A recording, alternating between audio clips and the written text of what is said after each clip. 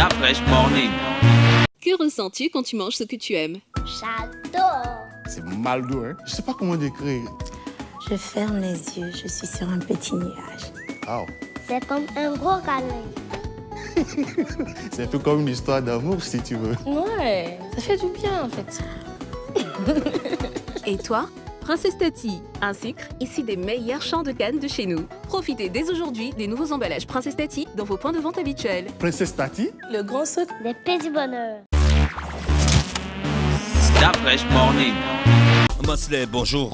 Bonjour Dafresh, bonjour tout le monde. On parle de politique ce matin. Oui, on Ou parle bien de d'actualité. Non, c'est l'actualité, mais un rapport avec la politique, évidemment.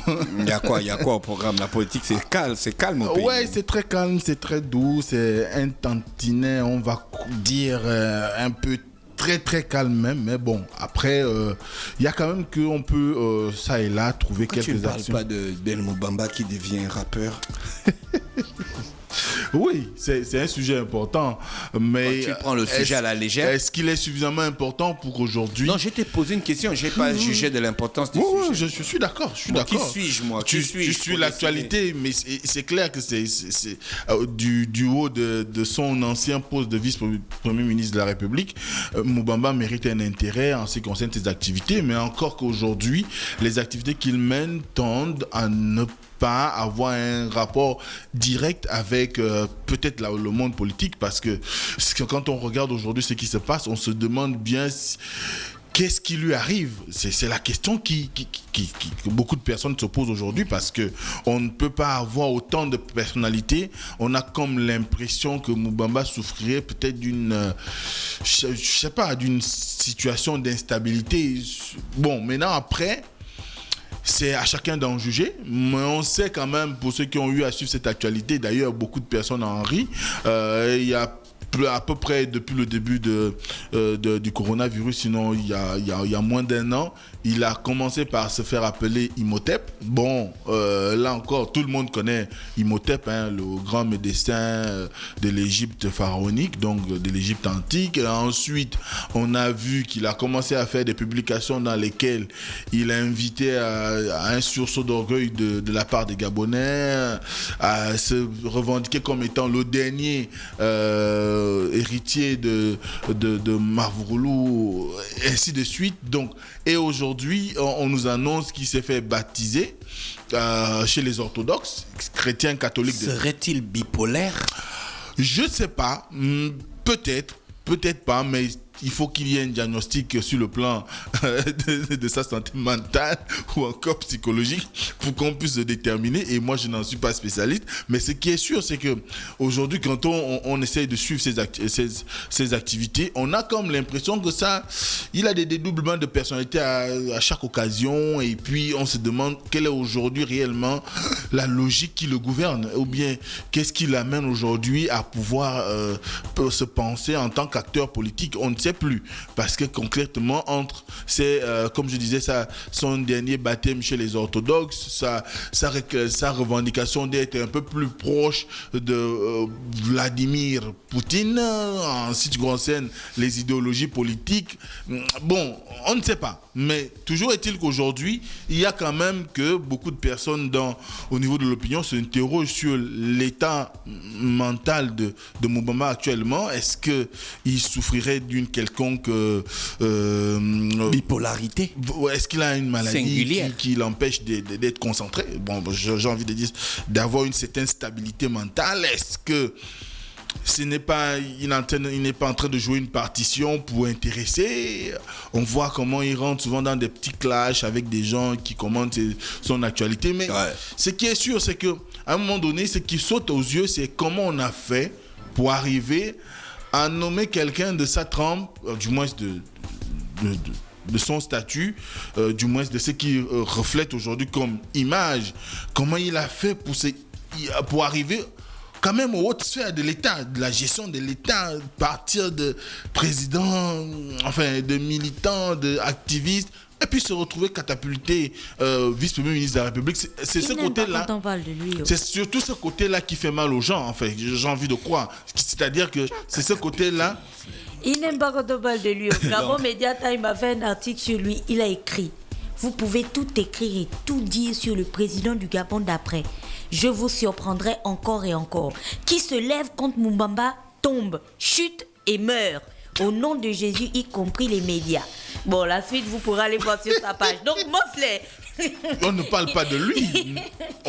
C'est lui le président du Gabon d'après. Oui, c'est lui le président du Gabon. Oui, c'est sa philosophie. D'après. Pour lui, il s'inscrit déjà dans la logique du Gabon d'après. Le Gabon qui serait celui qui se débarrassait de l'univers politico-administratif gouverné par ce qu'il appelle le système Bongo PDG. Et d'ailleurs, c'est comme ça que la majorité des opposants désignent le système sous lequel le Gabon évolue actuellement. Et que lui, il s'inscrit dans la logique du Gabon d'après, un Gabon qui saura valoriser ses compétences et ainsi de suite. Mais quand même, il y a que, au-delà de ces avertissements, on doit quand même poser la question, qu'est-ce qui se passe chez Moubamba? Mais ce n'était pas l'objet de notre chronique de ce matin. J'étais bien dit de ne pas en parler, j'ai insisté. Non, il faut bien qu'on en parle. Et si tu as posé une question, il faut qu'on édifie au moins un tout petit peu l'opinion sur cette question-là. Donc, évidemment, nous, ce matin, nous nous intéressons déjà au Parti démocratique gabonais qui est pratiquement, on va dire, en ordre de bataille aujourd'hui. Il vous souviendra qu'il y a encore quelques temps, je signalais l'idée qui était celle aujourd'hui du parti au pouvoir de s'inscrire dans la logique d'amener à une reconstitution de la majorité pour l'émergence. Et vous savez que c'est aujourd'hui une galaxie dans laquelle on retrouve quand même quelques moments de tension. Enfin, on trouve quand même quelques partis qui essaient quand même d'attirer l'attention du responsable de cette galaxie-là, notamment le président Ali Bongo Ondimba. On a par exemple les sorties qui ont été souvent récurrentes il y a encore quelques temps du CLR, ou aussi bien son président fondateur, le général Jean Boniface Lassé, que la déléguée générale aujourd'hui, le Nicolas Sellé, ont souvent eu à se poser la question du positionnement de leur parti au sein de la majorité, et quelle serait aujourd'hui la majorité dans laquelle ils évolueraient, étant donné que le jeu, ce qu'il y a eu comme élection législative et locale en 2018 a fait quand même basculer un certain nombre, du moins a apporté des changements en ce qui concerne la majorité, étant donné qu'il y a eu des adhésions à l'idéologie du chef de l'État sans qu'il y ait des mangements sur la fiche des partis ou des associations ou des mouvements politiques se reconnaissant de la majorité. Et dès cet instant, beaucoup de personnes se posaient la question de savoir quelle était aujourd'hui la configuration. Et je crois que c'est dans cette logique que s'inscrit désormais les instances du Parti démocratique gabonais, en l'occurrence le secrétaire général, dans la mesure où on a vu, et je le signalais déjà, que Elouan Zondo, par exemple, qui est le secrétaire général adjoint 2, chargé des relations avec les partenaires politiques et associatifs, et de la veille en ce qui concerne l'environnement politique, il est en concertation en ce moment avec, du moins il prend des contacts avec les signataires de la charte de la majorité, mais aussi avec un certain nombre de leaders qui aimeraient intégrer cette majorité-là, qu'on entend reconstituer. Et évidemment aujourd'hui, il y a un nouveau pas qui a été sauté, c'est celui il y a un nouveau pas, notamment celui de Jason Axel Ayenoué, que beaucoup connaissent comme le maire du 4e arrondissement. Le maire du bonheur. Ouais, le maire du bonheur, le maire du 4e arrondissement, qui est également secrétaire général adjoint 6, chargé de l'UJPDG et des fédérations de l'étranger, qui lui a certainement la mission, au regard de sa rencontre récente avec la présidente des 1001, de l'appel 1001, qui est une association, notamment le docteur Nicolas Sellé. On peut imaginer qu'il a désormais la charge de pouvoir faire en sorte que les associations et mouvements qui se reconnaissent en l'idéologie d'Ali Bongo Ondimba, donc le distingué camarade de leur formation politique et premier responsable de la majorité pour l'émergence, ces partis-là, du moins ces mouvements-là, ils puissent constituer une nouvelle plateforme, laquelle plateforme permettrait à ce qu'il y ait une redynamisation, un travail effectif qui sera fait pour pouvoir préparer l'élection présidentielle de 2023. Et on peut dire aujourd'hui que c'est pourquoi j'ai énoncé l'idée selon laquelle le PDG serait en ordre de bataille, parce que tout ce qui est en train d'être fait en ce moment, selon les informations que nous avons, c'est que c'est un préparatif de l'élection présidentielle de 2023. Et il vous souviendra que beaucoup de déclarations, on a eu par exemple celle du maire de Libreville, au moment où on décrit, du moins il y a un sentiment qui laisse quand même le peuple de l'opposition un peu dans une situation, ils sont un peu perdus parce que quand on essaie un peu de parcourir l'actualité, on se rend bien compte qu'aujourd'hui, l'opposition, on a comme l'impression qu'elle n'arrive plus à trouver de nouvelles recettes. Et d'ailleurs, il y a un compatriote qui s'appelle Patrice Finel qui a fait une communication dans laquelle il parle de l'atonie de l'opposition qui ne dispose pas à l'alternance souhaitée. Parce qu'aujourd'hui, on a comme l'impression que l'opposition est tétanisée, qu'il n'y a même plus d'opposition au Gabon. Elle profite souvent de quelques événements qui sont sur le plan national, quelques actualités, mais sur le plan du terrain, ça ne date pas seulement de la période liée à la pandémie du Covid, mais c'est beaucoup plus avant. Depuis là, il n'y a pas d'activité réellement de l'opposition qui pourrait croire aujourd'hui que le PDG pourrait faire face à une alternative beaucoup plus dynamique, beaucoup plus concrète. Maintenant, c'est vrai que nous ne sommes qu'à 3 ans de l'élection présidentielle, beaucoup de choses peuvent encore se faire, il y a encore des tractations qui peuvent se passer, mais ce qui est sûr aujourd'hui, au niveau du Parti démocratique, quand on regarde bien, ils sont certainement déjà ils ont dans le viseur la possibilité de s'organiser pour l'élection présidentielle de 2023 avec une plateforme qui leur permettait de réunir aussi bien des acteurs politiques que des acteurs associatifs, donc la société civile.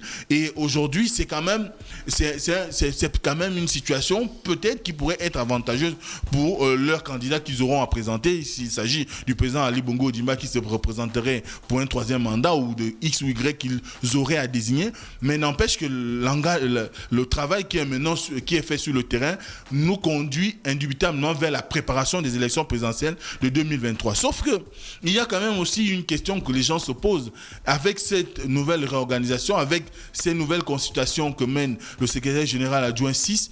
Est-ce que le PDG est en train de tordre un peu le cou à ces décisions du Congrès qu'il y a eu après l'élection présidentielle, je crois en 2017, où on avait plus ou moins écarté l'idée qu'il y ait des associations et des mouvements aussi bien au sein du PDG, parce que quand on regarde un tout petit peu la physionomie des associations aujourd'hui au Gabon, la plupart sont composées soit par les membres de la majorité, donc proches d'Ali Bongo, ou encore des membres du Parti démocratique, qui en sont d'ailleurs pour le plus grand nombre des sponsors. Et à ce moment-là, est-ce que ça ne va pas un peu plus ou moins toucher aux décisions prises lors du congrès de 2017 où est-ce que le distingué camarade président a eu quand même à mettre en évidence un besoin aujourd'hui et qu'il a pris des décisions qui vont dans le sens de pouvoir faire en sorte que le PDG travaille à nouveau avec les associations et les organisations. Il vous souviendra que c'est le grand reproche qui avait d'ailleurs été fait à un moment donné lorsqu'il s'est agi des responsabilités que beaucoup de membres de la GEV avaient pris au sein de la majorité et qui n'arrivaient pas à s'allier au PDG. Ça avait quand même fait jaser beaucoup de personnes parce qu'on ne comprenait pas comment des gens qui étaient en dehors du parti mais qui occuper des postes de responsabilité sur nomination soit du distingué camarade président ou encore du président de la République qui est le président du Parti démocratique. Donc dès cet instant, il y a quand même qu'aujourd'hui, on peut se poser cette question, qu'est-ce que ça va mener à quoi ces consultations avec les associations, ces relations avec les associations? Est-ce que ça ne va pas faire du rebelote par rapport aux situations qu'on a déjà connues où les associations vont finalement avoir plus ou moins plus d'importance que le parti parce que il y a encore un passé récent, la GEV a pratiquement pris en otage tout l'appareil politico-administratif et à un moment donné, le PDG lui-même en avait peur. Donc, dès cet instant, qu'est-ce que poursuit la consultation avec les associations? On ne sait pas. Mais c'est leur stratégie certainement.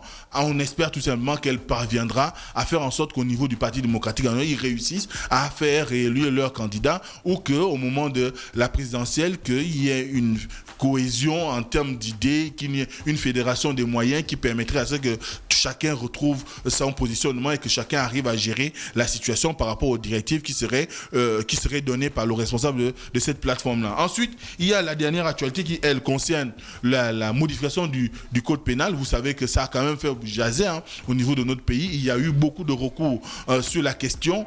Et ce qui se dit aujourd'hui, c'est que la Cour constitutionnelle a rejeté tous les recours qui ont été présentés en ce qui concerne cette question de modification du code pénal. Mais il faut savoir aussi que la modification concernait généralement le code pénal, mais les recours qui avaient été présentés étaient beaucoup plus sujets à l'utilisation de l'homosexualité au Gabon. Donc tous ces recours-là ont été rejetés par la Cour constitutionnelle et étant donné que les recours, du moins les rendus, les décisions de la Cour constitutionnelle sont inattaquables, sans appel, eh bien, on voit que finalement la modification elle est désormais acquise aussi bien pour l'exécutif que pour la société gabonaise en général. Donc, il n'y a plus matière à débattre sur la question de la dépénalisation, étant donné que la Haute Cour a déjà donné son verdict. Donc, du coup, tout le monde doit se conformer désormais aux nouvelles dispositions du Code pénal. Merci Mosley qui est avec nous ce matin sur Urban FM 104.5, la station urbaine Mosley. La journée du drapeau, c'est dimanche.